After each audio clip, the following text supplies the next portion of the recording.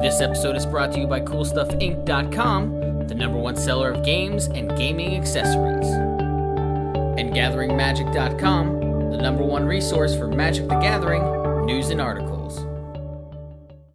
Hi, I'm Uriah from CMDR Decks, and today we're going to do a very special unboxing of the Magic Commander 2013 product. Today we have Power Hungry.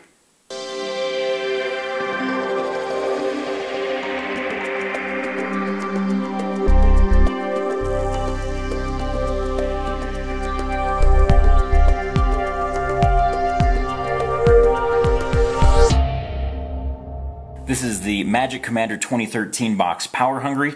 It is the Jund colors, which is red, black, and green. So let's go ahead and dig in and see what we've got. First thing we have here are the oversized commanders. Looks like Prosh, Sky Raider of Kher, 5/5 flying legendary dragon. When it comes into play, you get a bunch of red kobolds, and then you can eat dudes, and he gets +1/+0 till the end of turn. The foiling looks really nice on that, especially with the fire under his wings and behind his head. So let's dig into the rest of the box here. We have more foil oversized legends. Sakura Deathkeeper 4/3. This is actually a reprint from Cold Snap. We have the large oversized foil version of him, and that is new art compared to the Cold Snap version. We also have the Shattergang Brothers, a 3/3 for 4 mana. Sacrifice a creature or an artifact or an enchantment, and then each other player is going to sacrifice a creature, enchantment, or artifact. It's a legendary Goblin Artificer, which is sort of weird, but that works. So let's get into the deck itself. Looks like we also have some Learn How to Play pamphlets in here as well.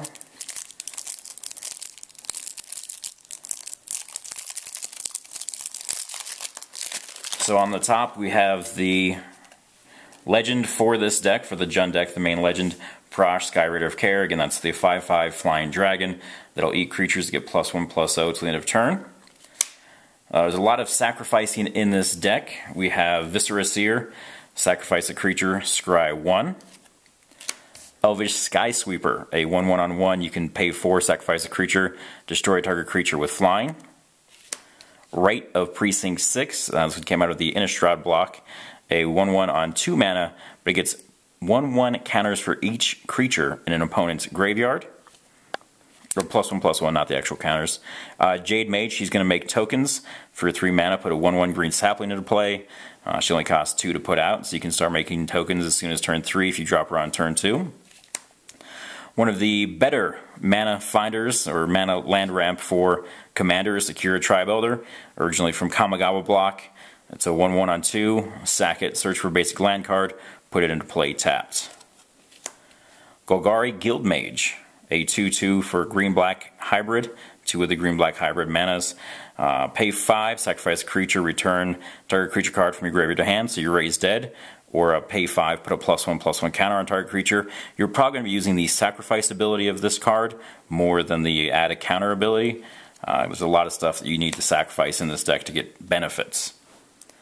One of the first new cards we run into is Ophiomancer for 1 black, 2 mana. It's a 2/2 human shaman. At the beginning of each upkeep, if you control no snakes, put a 1/1 black snake creature token with Death Touch onto the battlefield. So it's great to put a creature token into play, sort of as a rattlesnake card, literally, that makes people not want to attack into you. Now, because you can get this on each upkeep, that means your opponent's upkeeps it well. So if you have something out there that's going to sacrifice a creature for an effect, you can do so and then get another creature on your opponent's upkeep and then sacrifice it for effect just to keep on getting that advantage. We have Quagmire Druid. Pay a green, tap it, sacrifice a creature, destroy target enchantment. It's one of the very few destroy target enchantment cards in black, and this is new art on it. The original card in art was from the set Apocalypse. Goblin Sharpshooter. It's a reprint with new art. Goblin Sharpshooter doesn't untap during your untap step. Whenever a creature dies, untap it, and you can shoot a creature or player for 1. And it's a 1/1 on 3. With all the sacrificing in this deck, it'll be very easy to go ahead and shoot something, sacrifice, shoot something else. Goblin Sharpshooter is going to be a great addition for this deck. Next we have Endless Cockroaches. This is a reprint. Came out in originally one of the Portal sets. It's a 1/1 for 3. Whenever it dies, return it to its owner's hand. So you can sacrifice it and continually get it back into your hand, which is very useful. Stronghold Assassin. It's sort of like a Royal Assassin, but you can go ahead and just tap and sacrifice to destroy a target non-black instead of tapping to destroy a tapped creature. This is a reprint with the original art. Hua Tuo, Honored Physician. This is originally from Portal 3 Kingdom. It's a legendary creature for 2 green and 1 colorless. It's a 1/2, and you can put target creature from your graveyard on top of your library, activate it only during your turn before attackers are declared. This is sort of like a pseudo-genesis if you activate it during your upkeep. If there's a creature you want to get back into your hand, just tap it during your upkeep before your draw, put the creature on top of your library, and then draw it for the turn. So that's a very nice card, and we don't see many Portal 3 Kingdom cards in Commander just because there are not very many of them out there. So that's a great reprint there. We have Scarland Thrinax, sacrifice a creature, put a +1/+1 counter on it. It's a free way to sacrifice a creature, which there aren't a whole lot of in this deck, so that's a very useful ability there. Sprouting Thrinax, whenever it dies, put 3 1/1 green sapling creature tokens into the battlefield. Similar to the Scarland Thrinax there, you can sacrifice essentially 4 creatures just for 3 mana, which can give us a lot of great utility. Terra Ravager is a new card for 2 red and 2. It's an elemental beast. It's an 0/4, but whenever it attacks, it gets +X/+0 till the end of turn, where X is the number of lands defending player controls.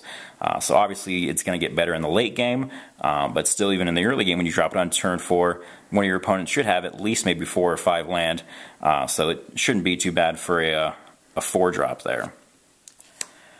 Brooding Saurian, it's a 4/4 on 4. Its original was printed in Cold Snap. And at the beginning of each end step, each player gains control of all non-token permanents that he or she owns.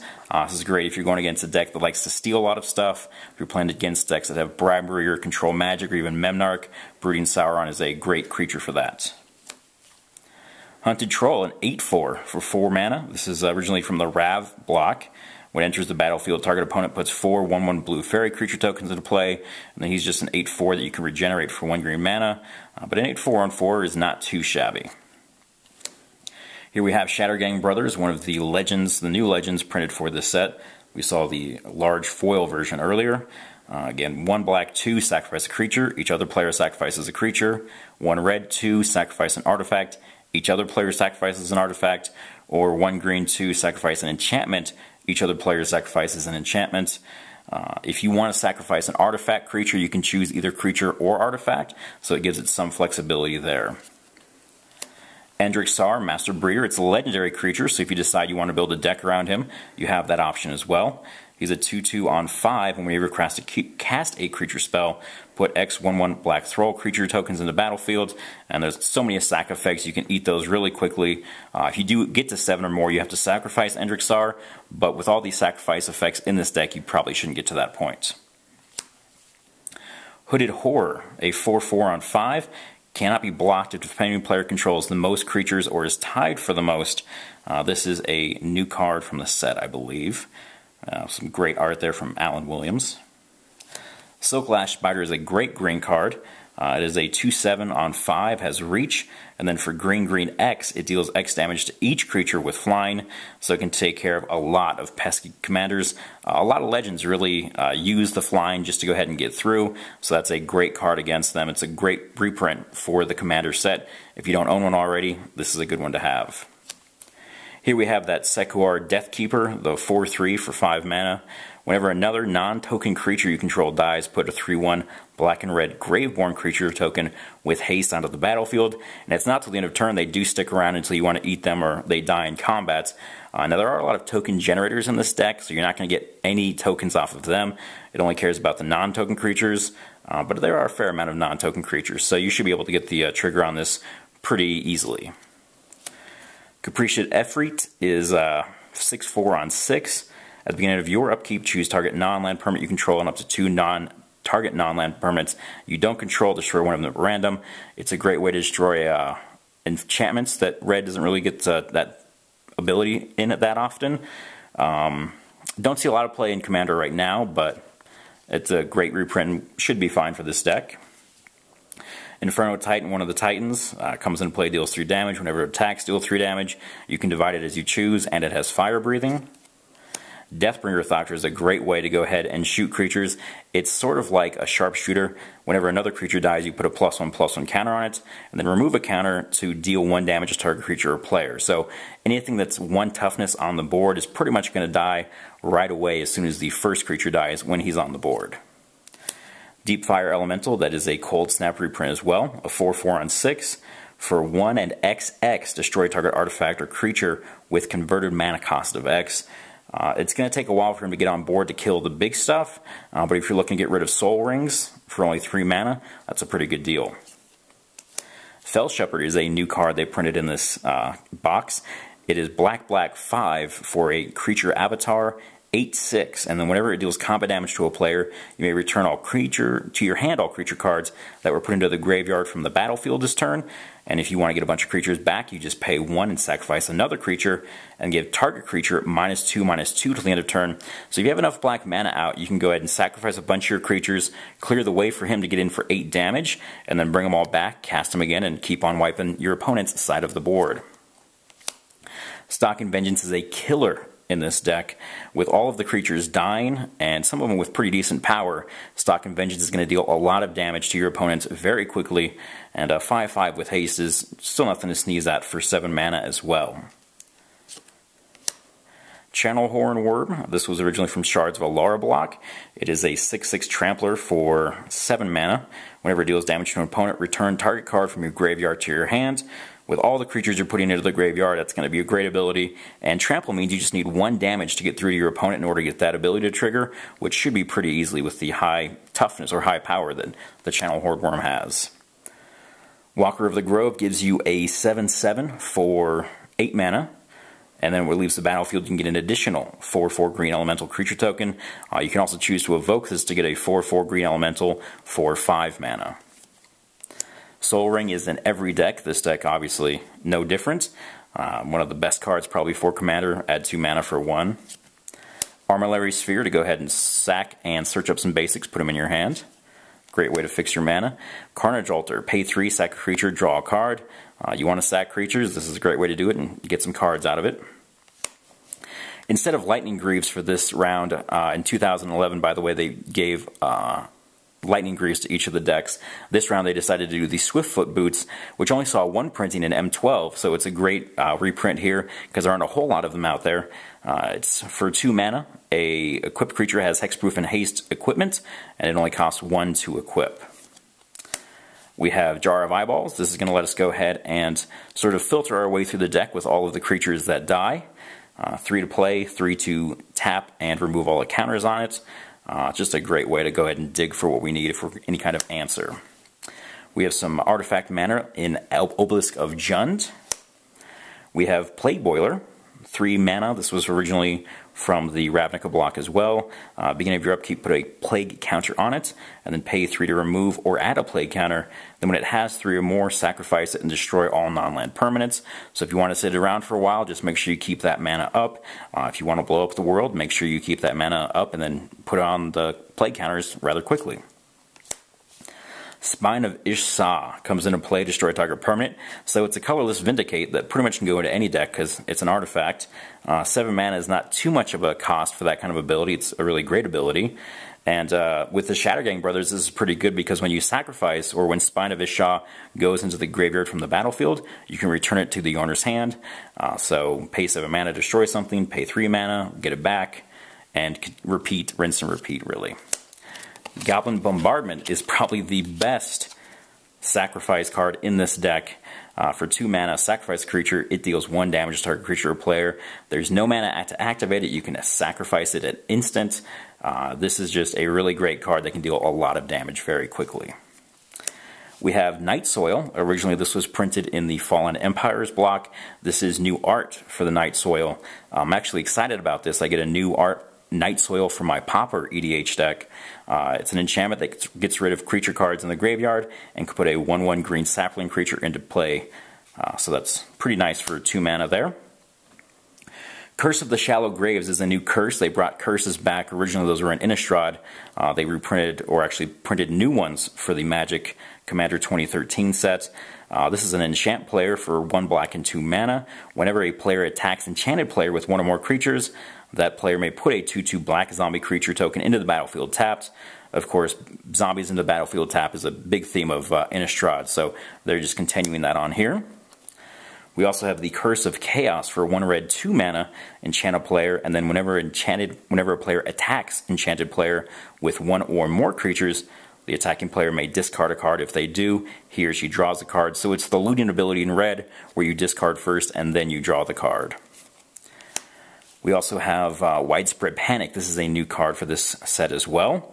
Whenever an ability causes an opponent, or spell or an ability causes a controller to shuffle his or her library, that player puts the top card from his or her hand on top of the library. It's an enchantment for 1 red 2. So any kind of deck that's going to do a lot of fetching, whether it's just fetching out lands or fetching out enchantments like a Zur deck, this is going to get rid of all of the resources in their hand very quickly. The last curse in this deck is Curse of Predation for 1 green and 2, enchant a player. Whenever a creature attacks enchanted player, put a +1/+1 counter on it. Now they don't need to do combat damage, all they need to do is attack the enchanted player, so this will happen before blockers are declared, so you can make your attackers a little bit bigger than maybe their blockers are, and get some damage through, hopefully. Fecundity. Whenever a creature dies, that creature's controller may draw a card. I believe this last saw print in 8th edition, so it's been a while since this one has been around. But with all your creatures dying, obviously you're probably going to draw more cards than your opponent does. But your opponent will draw cards off this because it's any creature's controller, not just yours. So you got to be careful. Sometimes your opponents may be able to abuse this more than you can. Furnace Celebration. Enchantment for 2 red and 1. Whenever you sacrifice another permanent, you may pay 2. If so, Furnace Celebration deals 2 damage to target creature or player. So late game, when you're sacking stuff, maybe even for free, just pay 2, tack another 2 damage on. That's going to be pretty great for us.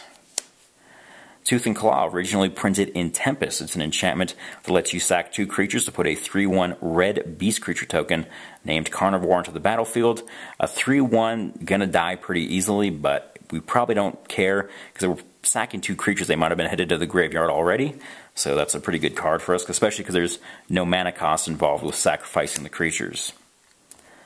Vile Requiem was originally printed in the Urza block for 2 black and 2. It's an enchantment.